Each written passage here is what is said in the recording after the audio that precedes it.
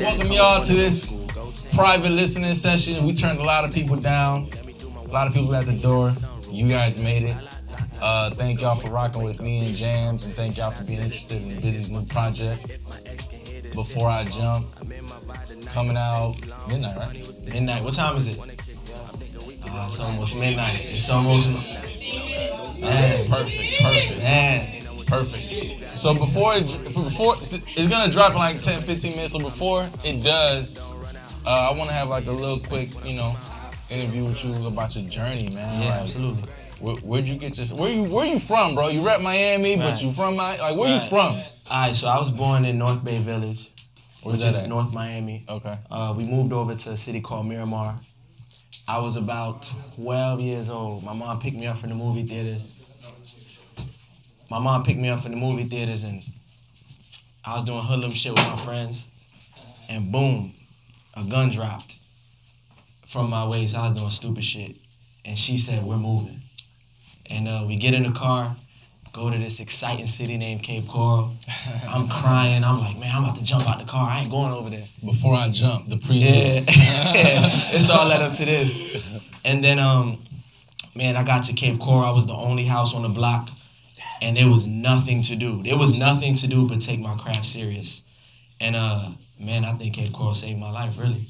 Yeah, I met you. We was like, what, 13, I think? Yeah, at the summer camp. Yeah. And you was rapping then. Yo, let me tell y'all something. This nigga right here gave me my first beat CD ever. Like 13, 14 years old.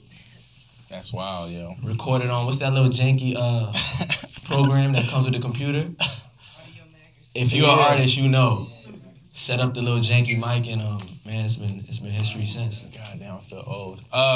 So when did you decide to start taking your craft serious? Because everybody raps. Yeah, exactly. I always wanted to rap. When I was in Cape Coral, I wanted to get back to my friends so bad that it was like, man, I gotta blow up and be able to take care of myself and get out of here. Damn. That was one of the little things, and literally it was nothing to do. So there's a few people in here that know me from back then that can vouch. I was the one friend, like, you came over my house, we recorded. I don't care if you know how to rap or not. Hey, let me try you real quick. Hey, try to say this. And people hated coming to my crib, man. I was like Joe Jackson. A nigga just trying to play some PlayStation, and you over there like, nigga, spit these bars. I'm trying to work. I'm like, man, yo, we could be the diplomats. So transitioning from there, how did you end up getting? Cause did you get signed, or you were just like under like a management deal or something? So my father used to work with this family, very wealthy family from Saudi Arabia, and they had a record label in Miami. And he used to always give me my music since I was from age 12 to 16. And when I was 16, they're like, all right, young boy's ready. So they moved me out to Miami, and at the time I was doing grind time battles. I remember that. Yeah, I was doing grind time battles, and I had just got in the league, and they had called me out to Miami. And I had went out with them. I was 16 years old. We went to the club. I seen the bottles. I seen the girls. And I was like, fuck this battle shit. This is the life I want. So I didn't even show up to my first battle. And that was like my introduction. And then I was always on the internet, man. I was always trying to find ways to like market myself and research. So I reached out to my favorite rapper at the time, was this guy named Ransom from New Jersey, who used to rap with this guy named Hitchcock and Stack Bundles and the A-Team. And I tried to get him signed to the label I was on, and we ended up doing records, and he was lit at the time, so that was like my introduction. And how old were you around this time? Man, I was 17. So you reached out to him just from on like the internet at on 17? The internet, I tried to get him signed, and he appreciated it, and we just started working. I was on DJ White Owl mixtapes. I was on the mixtapes heavy, talking about blowing brains out and all types of nonsense. Damn. And then, so from there, what happened to that label? That was the Saudi Arabian label. Man, so from there, so what it was his aunt she married the Prince of Saudi Arabia. Fuck. And yeah, man, they was super on. And the aunt ended up, she passed away off an overdose. Okay. And the label thing kind of slowed down. And so his business partner, which was this guy from Brooklyn, was like, hey, man, you should still rock with me, like, da-da-da. So we went over there, and I got another shot. Mm-hmm. They introduced me to Mona Scott, who produced Love and Hip Hop. She used to manage 50 Cent, Busta Rhymes, Missy Elliott, and she signed me while I was still in high school. I used to go to Island Coast. And yeah, she signed me while I was in Island Coast. And what happened with that whole situation? Man, I wasn't ready, bro. Like at the time, like I used to leave school, get on a plane and fly to New York, Atlantic, meet with Craig Kalman, fly to LA, they put me in hotels. I just wasn't ready. And I was I'm still quiet, but I was super quiet. And Mona would be like, yo, you gotta cut this shit out. And I sampled a Demi Lovato record. I remember that. It was on the Disney radio. And shit went viral. I remember that. All I did was sample this Demi Lovato record. And I tricked MTV into thinking I did a song with Demi Lovato. So MTV's calling, trying to interview me, and I'm like, yeah, she's so dope. I love her. Da da da. And this label affiliated with Disney had reached out, and they was like, man, we want to give you your own show, this, that, and the fifth. But I was signed to Mona Scott. And the guys behind me, which my mentors, which was this guy named Don Quan from Brooklyn, not the friendliest guy in the world. So when they approached us, and it was like, you gotta terminate the Mona Scott contract, and he kind of threatened her into letting me out, which I feel terrible about to this day. And she let me out the contract the next day. God damn, bro. But then these Disney guys just fucking disappeared. So I'm depressed. I'm like, man, did I just blow my shot? Yeah. My mom is how old are you at this time? I was 17, 18, going on 18. My mom knocking at the door every day. Yo, you got to go to college. College is coming up, da-da-da-da. I'm like, damn, I just fucked up. So me and the guy, Mello, he was up, man. He drove Bentleys. He had money. Mm-hmm. You know, I'm over there with me and my friends. We putting money together to buy cheeseburgers and shit. He's rich. And I realized we just wasn't on the same type of time. And we had shot this video called Good Luck. And I was waiting on him to do something, and I wasn't a priority, and I just put the video out. And he dropped me. He was like, man, I'm not fucking with you, da-da-da. So that video, I used to do a little YouTube scheme. What I would do is, as soon as somebody would like drop like a track list to a record, I would go and upload my shit under their shit. So I remember uploading that song, Good Luck, under Drake, I Hate Sleeping Alone. And man, this Russian investor had found me off of that shit. Damn, man. This whole time you were still living at your mom's crib? You was back and forth, yeah. Back and forth? Yeah. So then, all right, so Mona Scott situation, you know, is out of there, and then the dude drops you. Then you said a Russian investor finds you? Yeah, he came out like, yo, what do you need? Dog, do you really realize, like, so far, like, we're not even here yet, but just so far, your story, it doesn't happen to damn near everybody. Like, that's why it's good luck. That's what I'm saying, bro. You meet an investor after plug after plug after plug. It's like, man, but you know what I think it is? I think it does happen to everybody that doesn't give up, because it's something in the story that says every door closed, I kept going and another door would open. Right. That's all it was. I couldn't imagine losing. I couldn't pick, as a young 18-year-old boy, you couldn't tell me that I couldn't make a living off this shit. Mm-hmm. And I think that's what kept opening the doors for me. And now, fast forward to now, are you in a situation, or you're? I'm fully independent and I love it. Do you feel like you're in the best situation of your life? Yeah, because it's like everything I learned from all those situations, I'm able to apply it now, and I'm spending my own money now. And it's a certain feeling, it's a certain energy that you put in the shit when you're investing in yourself. Yeah. It's like, man, like, all right. And I love it. I wouldn't want to know other way. Now, fast forward to the album, man. Before I jump, let's touch on the cover real quick. What's up with the cover? Man, the cover... Thank you for that time. The cover is me looking out the window. It's art. I think art doesn't have a one definition. I think everybody who looks at it, it's something different to everybody. So the cover is me looking out the window. There's a rainbow on the outside, and you know, you might have heard rainbows signify good luck. Right. But there's a pot of gold at the end of every rainbow, and it's me looking out the window, and it's, man, I'm about to jump. Am I gonna go chase that rainbow and find the gold, or am I just gonna jump because the journey's been too overwhelming? All right. Now, with that being said, DJ, whoever the DJ is, can we go into the first record? First record is called Suicidal Tendencies. Let's play it real quick. I lied on the oath, I'm sorry to us both. I used you for pain, for the murder I wrote. Cause your love was too perfect, I couldn't write any songs about it. I swear depression changed my life and I'd be lost without it. People be like, man, you got the perfect girl, you got this, da-da-da. Like, why don't you just be happy? And I think I'm afraid of happiness sometimes because I'm afraid I won't be able to create. And if I can't create, my life is kind of meaningless. Do you feel like artists have that pressure on them to create such beautiful music, but to the point to where they sometimes put themselves in an emotional or mental hole just to create? Absolutely. You got to understand, man. To be an artist, a true artist, I don't mean, you want clout, you want to be lit. I mean a true artist, you're literally destroying yourself to give yourself to people. You feel me? That's a true artist. It's literally like me. I done put myself in situations where I knew I was going to fuck myself up to create. You don't think there should be a limit, though, to a certain extent? Like, it depends how much. Because certain situations you can't come back from. Right. So, but it depends. That's where it depends. Are you just an artist? Right. And I think that's where the mental illness comes in artists, where it's like, man, we're just artists. Right. We forget how to be brothers, friends, lovers. Like, man, we're just artists. Yeah, that's real.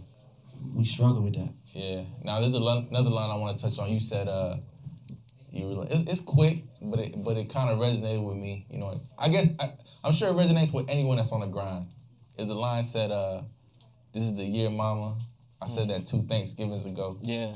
So it's like time after time, you're reassuring yourself and the people around you like, yo, this is it. This is the year.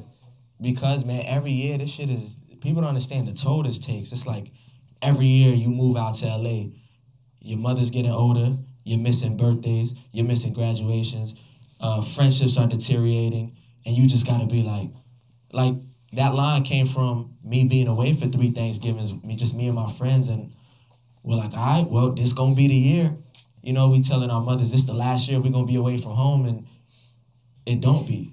Right. You feel me? So it's like, man, do you keep sacrificing, and do you just go home? Right. I read, I forgot what book I was reading, man, but we were talking in the line. It kind of touched on what you just said earlier. It said, in order to be a great artist, sometimes you have to be bad, right? And by bad, it means sometimes you have to be a bad boyfriend, bad husband, bad brother, bad son. Because you have to focus so much, and you have to give so much to your art that sometimes you don't give enough to people around you. Right. Yeah, that's 100%. Now, there's another line on there I want to touch on real quick. It says, this is not as deep, but it was like, a couple haters from my city, they acting like I'm not from there, or they're saying I'm not from there. I said I wasn't from there. Yeah. Did you experience that from this area? I experienced that everywhere. And it's kind of like winning syndrome. It's like in Miami when I started putting on a couple years ago. Oh man, that ain't fair. He ain't from here. Out here, oh man, that nigga not even from here. It's like you can't even win. Right. You know, it's like you can't even. And that's the loser syndrome on their side when it's like because everybody wants to be great. Right. So when somebody else, they feel like we can't all be great at the same time. So when somebody else is doing it, it's kind of like baseball, when somebody's so good and you gotta like tell the coach, oh man, that nigga like 15, he not even of age, to try to disqualify him so he not taking your spot like you think. And that's some shit I dealt with. I dealt with that shit here. Yeah. I dealt with that shit here. It's like, man, so where the fuck am I from? And that's where that confusion came from, man, because I feel like I wasn't accepted in the beginning from either place, so I just moved to New York. I just moved to LA. Did you feel yourself like as you got older or you got more into the game, you try to reconnect with your hometown, whether it be here or Miami? Yeah, absolutely, because you know what it is as an artist? You coming up, right? And you do it for your hometown because it's like the people you grew up with, they're here. Wherever you grew up, that's where they are. That's who you want to make proud. Mm-hmm. And you never get accepted at first. It's like you never get accepted, so it's like, first it turns into anger, like, oh man, they don't want to support me. Mm-hmm. Then it turns into like, I'm going to do it without y'all. Mm-hmm. But then sometimes when you get there, you forget to come back. And you kind of, you leave it at that. Right. So now they don't fuck with you because it's like, man, you just left us. But in your head, y'all ain't support me.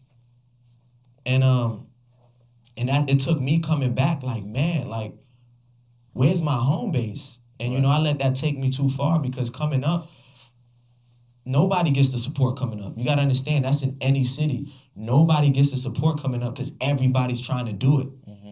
And sometimes you get mad. You get mad at that and you be like, all right, I'm going to do it without y'all. And then when you get there, you kind of turn your back because you remember how they did you. But you can't do that also. Yeah, you kind of got to be the bigger person. And that's what I learned. All right, man. Now let's get into the next record. It's called Zen. This record is called Zen, man. One day I was grocery shopping. My girl called me crying. I already knew what time it was. But the night before, I was on a rooftop, super depressed. I'm tired of doing this shit. Feel me? Like, me and all my dogs, I got four dudes sleeping in the living room. I'm sleeping in my room, trying to make this shit happen. I miss my family. I went on the rooftop and like, I guess I always felt like there was more after this life. You feel me? Like, since a kid, since I was 10 years old, I was always like, man, if this shit get too crazy, I could just leave. You know, so one day I was on the rooftop and I screamed to God. I screamed to God. I screamed to my grandfather, any of my ancestors, the stars, anybody who was listening. Whatever the truth is, whoever's listening, I screamed and I said, please give me a sign. If I'm meant to be here, please give me a sign. And the next day I got a call and my girl back home said she was pregnant. And that's how this record came about. It's called Zen. Yes, word to the pregnancy test that she left on the steps, a reality check. While I was outside shopping at the food for less, I had a woo stuff for a sec. She's afraid to tell her dad cause he wouldn't expect, but it's a little too late. I got a few questions about that record, man. First of all, congratulations on the child. Thank you. She's actually here in the back if you can see. Hey, hold up like Lion King.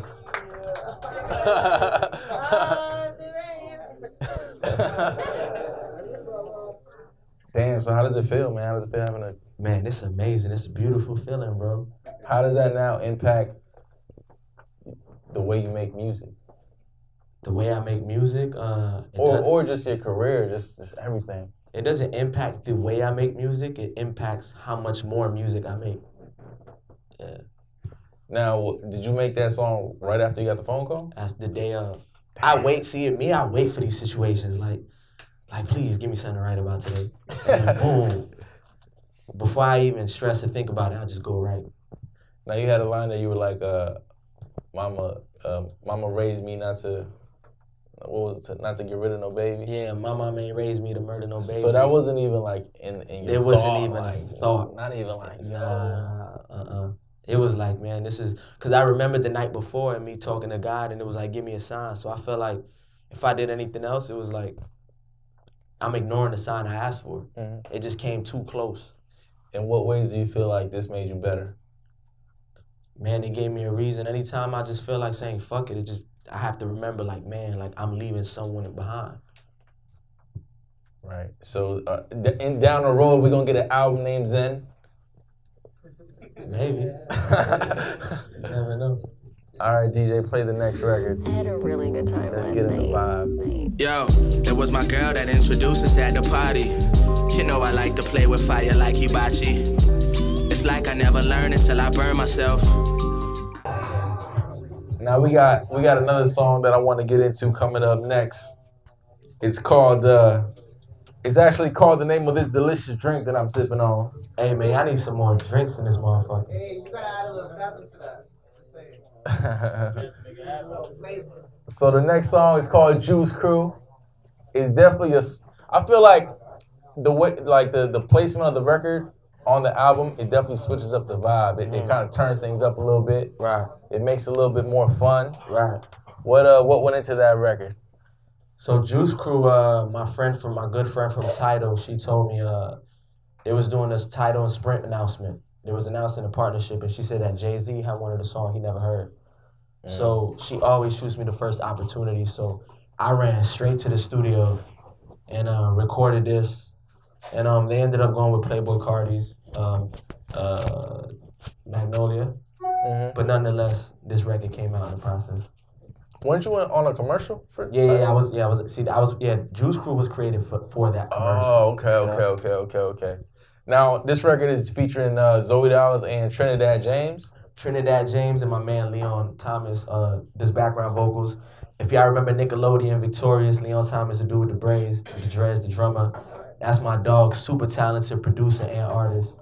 He's actually on a couple records on the album. Damn, That's my dog. So this song, I actually saw you perform it. I'm not gonna lie, when the song first came out, I wasn't like the biggest fan. I was like, but I saw you perform it live. Yeah. And the energy you bring is definitely like a, you know what I'm saying, like a old, like a old Spanish pops. You know what I'm saying, drunk at the barbecue. Like that's pretty much what I am. So let's get into this record. Who's that coming from the new school? Go chain on like the Juice Crew. This ain't something that you used to. Let me do my 1-2. Hanging out the sunroof. I be like la la la la la. Wake up, Bizzy on. Shout out to the DJ, this my song.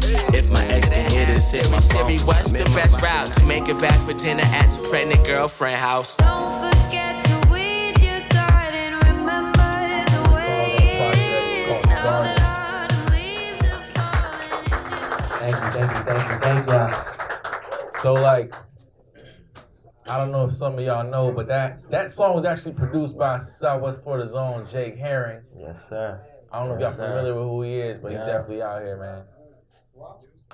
So, man, who's the girl on the hook, man? The girl on the hook, her name is Bibi Borgia. Super fire. Man, that voice is magical. Where'd you find her? So Jake Herring introduced me to her. And man, she's crazy.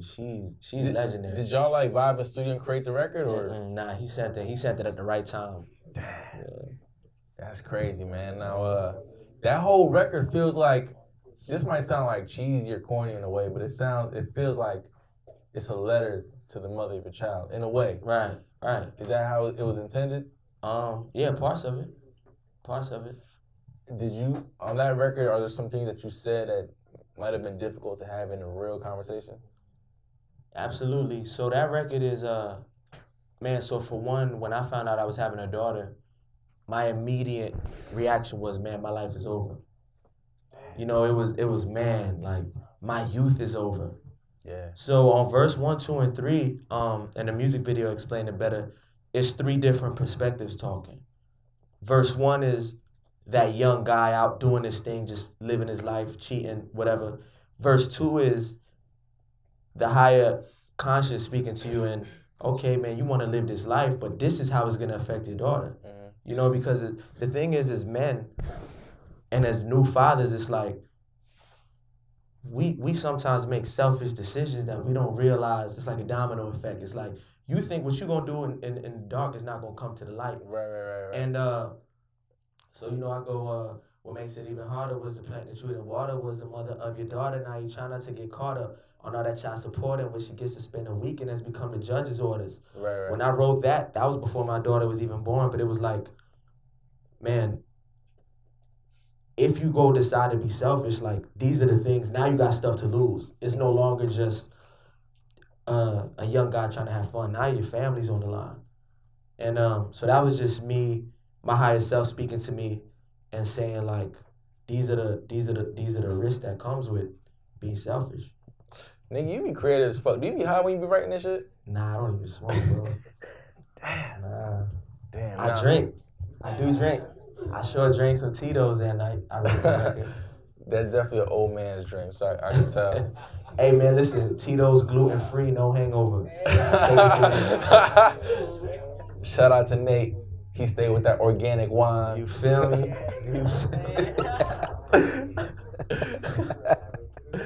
All right, the next record I want to get into definitely, man, is another record that I had to hear a few times over and over and over. I had to really catch every line. I had to understand every reference. It's called 13 Reasons. So jams when you can. Who gon' miss me when I die? Suicide on my mind, it's 13 reasons why. Who gon' miss me when I'm gone? And I'll bake it up, play my shit when I'm gone. Who gon' miss me when I die? Suicide on my mind. Yeah. Now, man, that record right there, man. That's a very powerful record, bro. It's a very heavy record. Yeah. It's a lot going on. That whole song, man. It's I'm not even gonna lie. I thought twice about putting it on the album. I don't blame you. Yeah. But my dog was just like, man, like what we doing? Like, Yeah. you know, Are you gonna shoot a video to that one?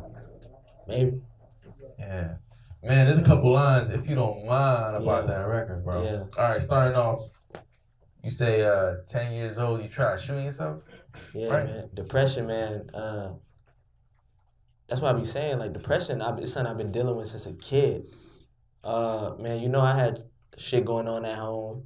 I remember I was dating this girl, and she hugged somebody else. And I was like, man, I'm just gonna kill myself. But not, I'm not even lying. but not, at 10 years old, that's big, though. At 10 years At old, 10 years old, that's big. I just felt like life was like, I felt like life was like a TV show, and I could just go to another channel whenever I ain't like what was on. Damn, Yeah. that's real, though. So here's another thing that I want to talk on about that record, too. It's, man, it kind of, when I first heard these, it was a whole couple bars, bro. It was a whole like 8 bars. I kept rewinding to it, man. Yeah. I kind of related to it a little bit, not to that extent, but there was some things there that I kind of understood. Right. It was a relationship with your father. Right. Y'all didn't have the best relationship, I take it? Nah, me and my pops, we ain't really get cool till I was like 21. I was older, I was out the house, and I just understood life. You know, I just understood demons. I understood life a little better. Yeah. Is it true that you try to join the Bloods and get them to? Yeah, man. Shout out to D-Hood, bro. I remember calling D-Hood like, hey, this D, by the way, when I said I tried to join the Bloods so they could come for you. And D told me, nah, young, and this shit is not for you. Man, you know, my pops was big. My pops was a big guy. Yeah. And, man, like, my dad was like the villain of my childhood. And it's just the guy I was afraid of my whole life. So I tried to join the Blood so I could have backup, man. That's wild, man. Looking back though, like you said, you guys are good now, though. Yeah, right? we great now, man. I love my pops, and it's sad that it wasn't until now, cause my Right. pops is a lot older. My pops is like 65, and I wish we had more time to find the time that we lacked, because now we get along great. Now I understand him. You know, I'm out the house, so like my pops just had anger issues, Yeah. and now that I'm outside the crib, we can have a relationship. And he tries, and that's what that whole record was about. Like, he tries to, he reaches out. We have conversation for hours, but it's like, it's certain unspoken shit that just that stops you from fully being having the greatest Yeah, relationship. you know, that's crazy. I relate to that 100%, bro. I'm the same way. Like, me and my pops didn't have like the best relationship, right? But it's like now that I'm older and I'm out the house, Right, a lot of things that he did when I was growing up, I understand now. Right, You know what I'm saying? I right. understand where he's coming from. right. And so now it's like trying to recreate that fit. You know what I'm saying? Trying to reach back. Trying to make up for lost time. Exactly. So yeah, man, those couple lines hit me hard, man. Man, it's a whole theme that I keep hearing throughout this album, man. It's about people backstabbing you and whatnot.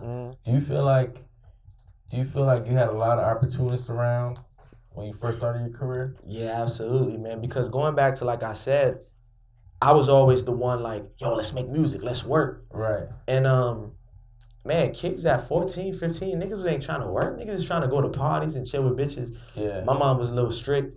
I lived in the middle of nowhere. I had nothing to do but make music. Yeah. So it's like when I finally started making progress, like the people I brought along with me, like they didn't understand that sacrifice. You know, like they would be at parties while I'm making music, and then every opportunity I bring everybody.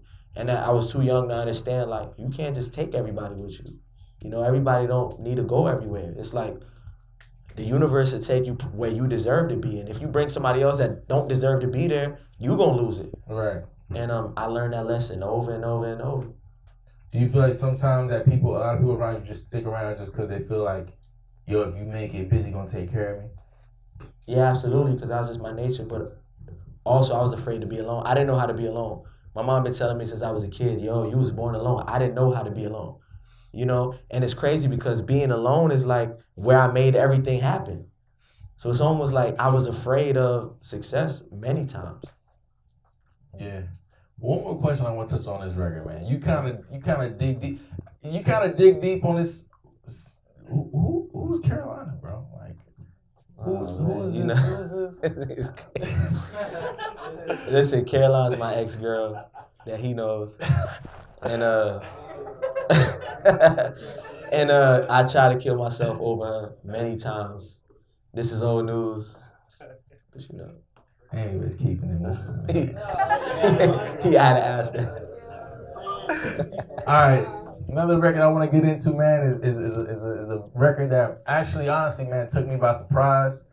And not for any negative reason, man, but just when I heard it, man, I was just shocked at how amazing this shit was. And this is I'm not saying it because he here. I'm not saying it because nobody. No, I really genuinely fuck with this record a lot, man. The hook on this record is amazing.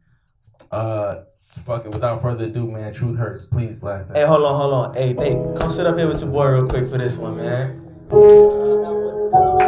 Hey, this is one of my favorite artists in the city right here, man. He on the hook, man. For real. What's up, kid? Yeah. We gotta drop some more shit, bro. We gotta drop some more shit. Suicidal thoughts in my apartment. This thing called love could be exhausting. I found too much comfort in darkness. I'm talking from the heart, but you're heartless, so trying to find better words. I don't know what to tell you cause the truth hurts. Before I jump, I leave these words behind. Hey, man, how did you come up with that hook, bro? So I already knew the vibe of the album, you know what I'm saying? And he sent me that and he was like, yo, like, you got anything for this? And I remember I listened to it and I was like, yup. I just sat down and I wrote that in like 10, 15, 20 minutes. And I just sent him a voice memo and he was just like, dude, this shit's bananas. And I remember, like, I wasn't really putting it off, but like we didn't really hit each other back for a little bit. And then you were like, yo, like I'm about to turn in this shit tomorrow. And so I ended up going to the studio at like what time was it, babe? Like 2 o'clock in the morning. Until like 5 a.m. And I just laid that down with Eddie Rock. Shouts out Eddie. Shout out Eddie. Yeah, dude. It was a great experience. I'm thankful I could be a part of this project. It's some special shit. For sure, man. I feel like you and Bizzy are very similar with your artistry, right? Like you guys are very introspective. You guys definitely speak about your demons in different ways, but you still touch on it, you know? Definitely. And listening to this project, I kind of got the same feeling that I got listening to your project alone, which is a classic, by the way. I don't know if you heard it, but if you got to do it. But man, I'm very thankful for this hook. Your music definitely helps me. You know what I'm saying? When I go through shit, I'm not an emotionless android, as I may seem. And I'm grateful that you guys actually connected on this, man. I feel like you guys can make beautiful music, you know, from here on forth and stuff like that. So Definitely ain't over. for sure, make some noise for Nate Traveler, y'all. Thank you guys. What's up, Ron Pat? My dog. Now we're gonna go into the last record of the album, and then after that, you guys can ask any questions that you guys want. So last record. Before I jump, I gotta let the truth live. Cause I've gotten to the point where lies are useless. I tell my story knowing somebody can use this. I'm trying to bring clarity to confusion. I'm sorry, mama, your baby boy was an innocent.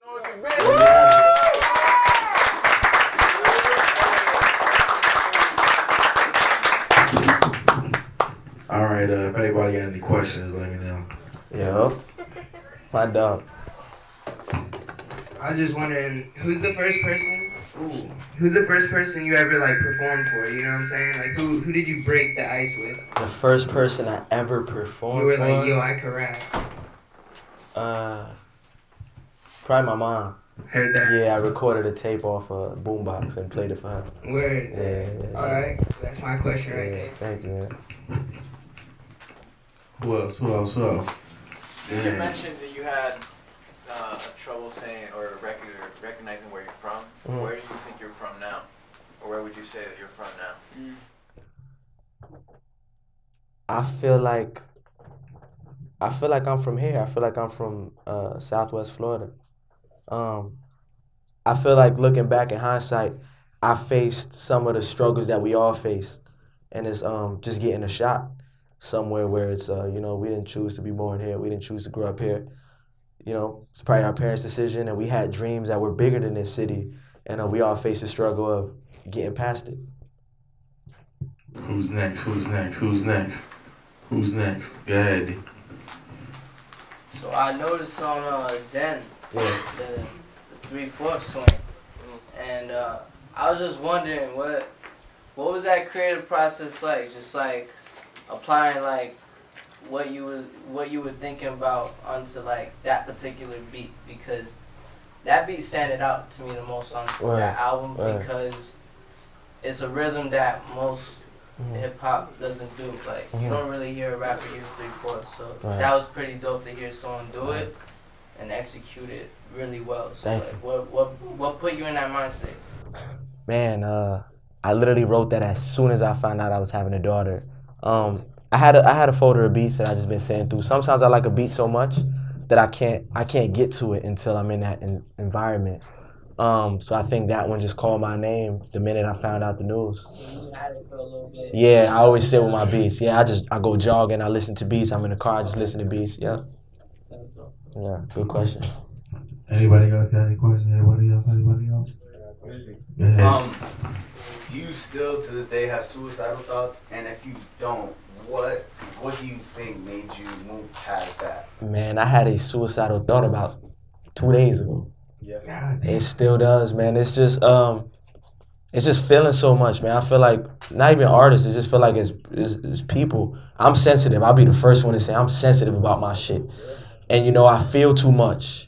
So yeah, man. It's like with me, it's like no middle ground. It's like I'm either super duper happy, I'm super duper low, and I have to find that balance. And I read books, and I try to meditate, and I try to eat better.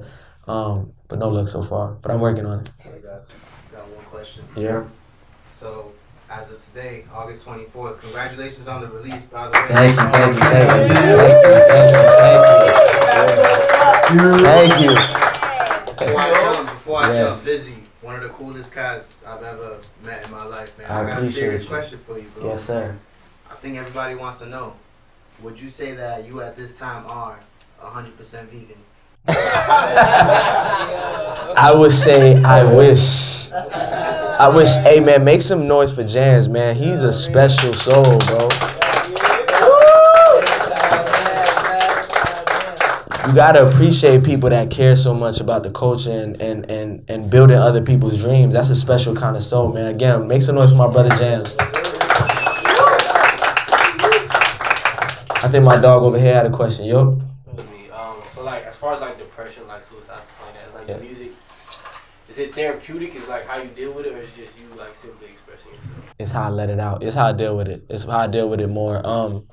Man, since a kid, I just been super duper quiet, and I started off writing poetry, and I wouldn't even show it to nobody. And it's like when my voice goes into a microphone, it's like it's just for me, and I share it with the world. That's what music means to me. I got a question. Yeah. So, find the album's out. You put blood, sweat, and tears into this project. Yes. Even for at least just one small moment, are you finally happy? Right now, I'm happy. Man. We all are here together, man.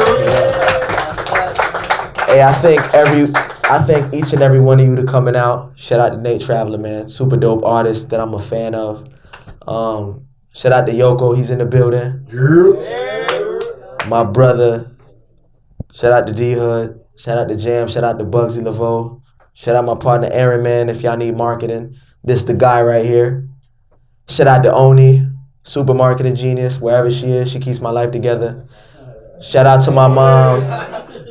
Shout out to my girlfriend. Shout out to Zen Love, my girlfriend. I love everybody in here.